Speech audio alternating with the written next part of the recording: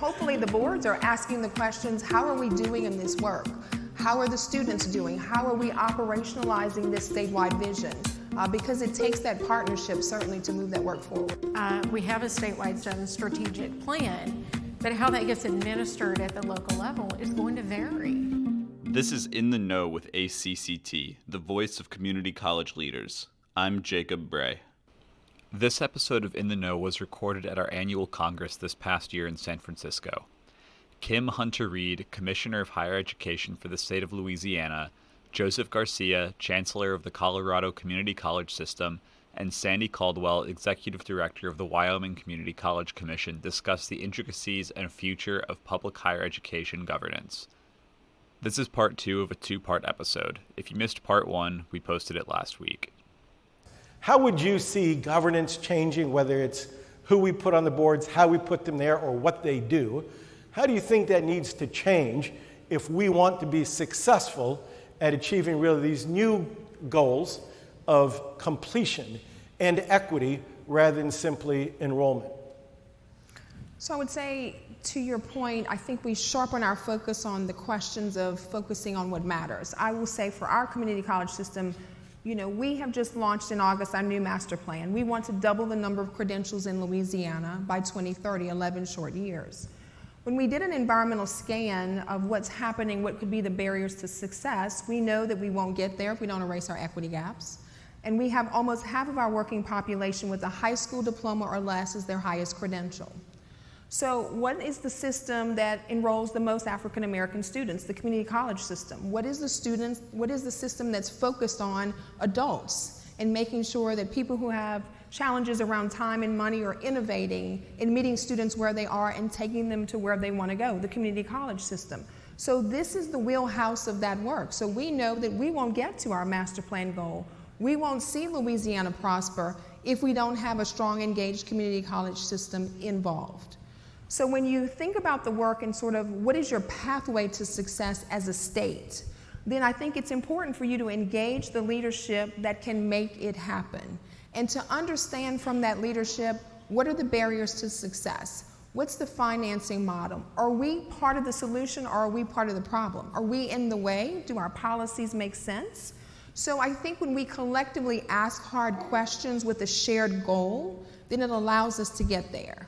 So what does that mean for governance? I think it means that in this world of questioning about all institutions, not just higher education, questioning the value of what we do, whether we're tone deaf on affordability and accountability or not, I think it means that there's going to be an expectation for all of us to do better, to be more responsive, and to understand how to move this work forward, and to demonstrate our value add. What is the ROI for a student who spent their time and money with us? So those are the kinds of things that I think will be real questions that we have to be able to answer, not when reporters come or when there's a congressional hearing, but this will be foundational for the work that we do each and every day. It'll have to be. So first off, I would say public governance matters. I mean, it does very much so. And in my state, and I think in many states, because I've traveled through a few, when we talk about the whole higher education system, we have to not think of it siloed, but that doesn't mean that the governance structure needs to necessarily change. It means we need to be working toward the same shared vision at the end. And we see that very I think very clearly in our state right now around our educational attainment goals. When you talk about a low population state, we're at about 48% of our credentialed individuals within our adults in our state. And our goal is in 2025 for us to do this. So we have to really be thinking about, while we all play a very different role, we need to be pulling in the same direction. Right. And that's where I think at the state governance for the community colleges, they can look at that across all the states. But as you so eloquently stated, it's at the local colleges where they can actually deliver that, right? And I think that's important because that provides the flexibility and the adaptability that may be very different. And some of your colleges, even in that college, can have vastly different populations that they serve. in that same college. And I will use Central Wyoming College as an example. And I know Dr. Tyndall's here. Is they serve Teton County in Jackson Hole, but they also serve the Wind River Indian Reservation and communities like Ethity. And so it's not, we have to rely on them to do that. So the governance structure, does it need to change? I'm not sure about that, and I actually would say probably not. It is that we need to be thinking about how we're going to do all this together and not work in silos, but make sure that we're supporting that work at the multiple levels that it exists. One of the things that's happening, and I'm seeing this very broadly around the attainment work, is recognition that the role that community colleges play more than ever before. And I think that's a very critical point. The community colleges, they're the intersection of all different entities, and that's why it is so powerful. I've had this question come up to me: why is the attainment work housed in the community colleges rather than the Department of Ed? Or we only have one university in our state, and I'm actually by position serve on that board. Why is it not there? And I've really been quite passionate about explaining that it's because it is the intersection. It's where the K-12 happens. It's where transfer happens. Bachelor's level completion now at our community colleges is coming forward.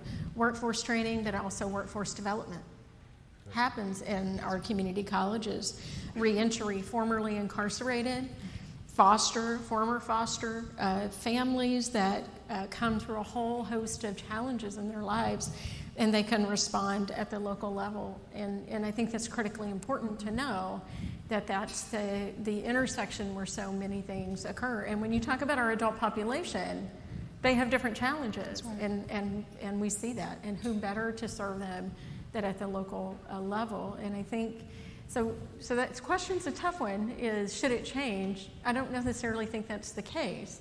But I think we all have to recognize that we all play a different role, and we have to support that, because it's not about any one of us. That's right. It's about the students and the communities we serve. Absolutely. And yet, we know how important it is. What community colleges do is critically important to our state, because they reach the students who, frankly, the flagships, the elite private schools aren't going after. And yet we do it with generally less money per student. So we serve the students with the greatest need, and we do it with the least amount of resources. I always say it's like we sent our sickest patients to the worst hospitals with the fewest number of doctors. Of course, then I realize in America, we do that too. So how do we provide, That's reality, right. Do we need to provide more tools to the state boards, more authority to state boards, so they can drive statewide goals? Because, as you mentioned, we do things at the community colleges that are very focused on our community, but at the same time we can become very parochial, and we're not thinking about a bigger picture. We're thinking about a narrow group that we serve that may or may not kind of roll up into achieving these state goals. Should state boards have more authority? I know a lot of states in the last few years have been looking at either some have wanted to strengthen their boards, make them less coordinating boards and more governing boards. Others have decided they wanted to eliminate state boards altogether. So we're kind of seeing a constant flux in our states. In your view, should state boards have greater authority vis-a-vis local boards, or less? So I'll start with that one, because they both pointed at me. So I'm going to start with that We have local and state boards. I think what's more important is establishing very clear priorities and making sure that we are working across our entities. We are fortunate to have an association, a state-level association, parallel for ACCT, which is the Wyoming Association for Community College Trustees, that looks across those colleges. And then making sure that at the state level, the commission that I work for, they're very clear on the priorities. The funding mechanism does happen through our commission, and we are required to put that into our requests. So our budget requests, the general appropriations, comes through the commission for the colleges and is administered that way. So I think it is being very clear that all of this matters. But I have to tell you, this funding issue is a very tough one. I mean, Our colleges are being asked to do more than ever before. No doubt, when we talk about being the intersection, housing of the commission, delivering on the students and the challenges that they face, the changing population base, and then having to do that with sometimes a flat budget, which we all know a flat budget is actually a decreasing budget. It is. A flat budget is a decreasing budget. And then when we have our funding mechanism also tied to enrollment, then we have challenges around how we do that. So I think being very clear on the priorities and making sure that at the different roles that we play, that we are sending forward a consistent message. And that is supporting the community colleges is supporting that state. So I would say that, again, we don't have local boards, we have state boards, state management board system. The power of it is that you can drive policy and efficiency, right? So our state management board is looking at adult basic education at scale, looking at back office operations and efficiencies at scale. They're able to make that happen. And certainly they have a powerful voice when it comes to talking with the legislators and the governor. You started the comment, Joe, by making the point that students who are the least served or who are underserved take more resources to serve them. And I do think, I certainly agree with you that the finance and affordability question is a tough one. I don't think the expectation is that the states are going to reset to where we were pre-recession in many places. So yes, I do think there's important power in the management boards to articulate the need, to articulate the value, to think about efficiencies and effectiveness and ROI in ways that are important. But I also think it's on us to think about how do we position ourselves in a way where students can afford to come to our institutions. How do we think about a financing model in a world where our business model really will have to change because the state commitment will not be there? Louisiana in the last 10 years has gone from 70% state support to and 30% families, just the opposite. And I think it's 60-40 for our community colleges. So we've been the poster child for doing more with less, second largest disinvestment in higher education in the nation. And yet we know that this knowledge economy requires everyone to have a credential beyond high school. And so when that is the assumption and we believe that that is accurate, how do we finance that? And how do we think about articulating that in a way that we are sensitive to the affordability issues and we recognize the financing challenges? So these are the things that I think we will have to rally around and board members will have to wrestle with at scale to really think about how do we move the needle on these things.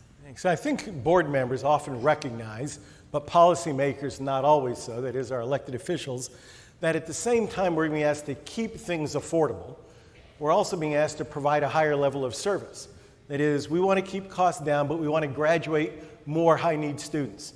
More students who are not needy just financially, but academically and in so many other ways.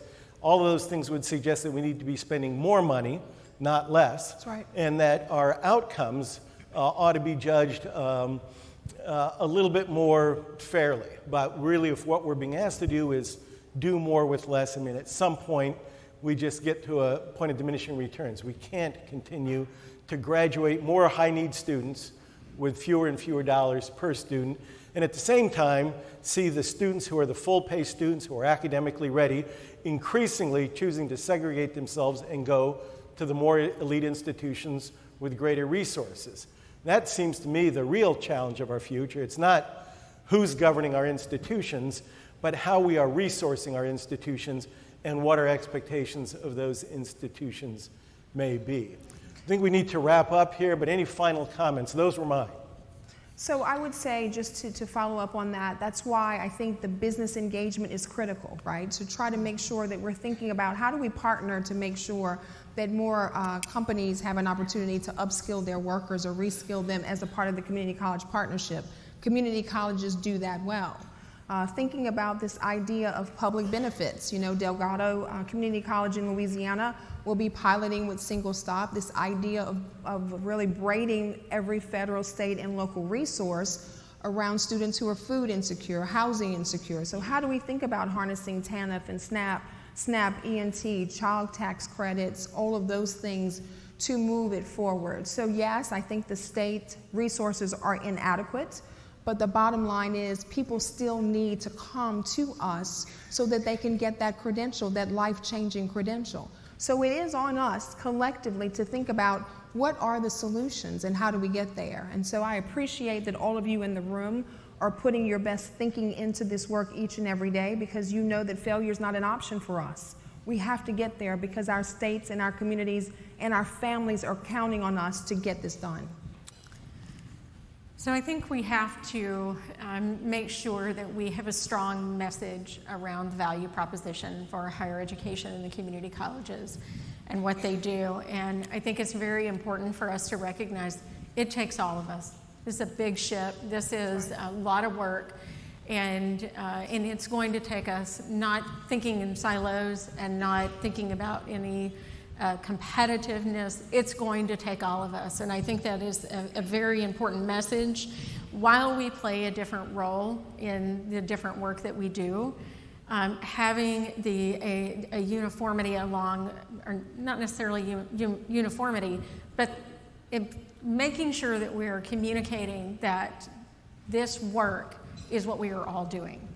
And I think one of the things is that we always have to keep front and center, like what Kim said, is we have to remember why we do this. We have to continue to share that over and over while we have outcomes and metrics and all kinds of things that help us monitor what matters. That's right. Borrowing Martha Cantor's words today. We are in the life-changing dream building business. And we can't ever forget that. It's about the names. It's about the faces. It's about all of your communities. It is putting an end to generational poverty. It is providing hope for long-term generational change and wealth. It's creating a new hope for tomorrow for people who find themselves at a crossroads in life. And that doesn't happen in a linear pattern. I think you all know that. And so I think when we talk about that and we recognize what this different work that we do, messaging that value proposition is really critical, because at the end of the day, our state economic vitality into the future is dependent on this work. And there's no doubt about it that across all of our states, that can-do attitude that our community colleges provide is what makes our country a strong country that it is. Right. Thank you. I want to thank my colleagues here, but mostly I want to thank all of you for taking the time. I know you're not paid tremendous amounts of money to be here, but you care about the mission of our institutions. More importantly, you care about the future of the students that we serve at those institutions, because you know that what we do improves not just those individuals' lives, but their families, their communities, our country, and in fact, our very democracy. Yeah. The fact that we can educate more students who without an education would have very limited opportunities. What we do is about more than creating opportunities. It is about changing lives, and I want to thank all of you for your role in making that possible. Thank you very much. This has been part 2 of a 2-part episode. Be sure to subscribe so you're notified when we release the next episode. Thanks for listening. We'll see you next week.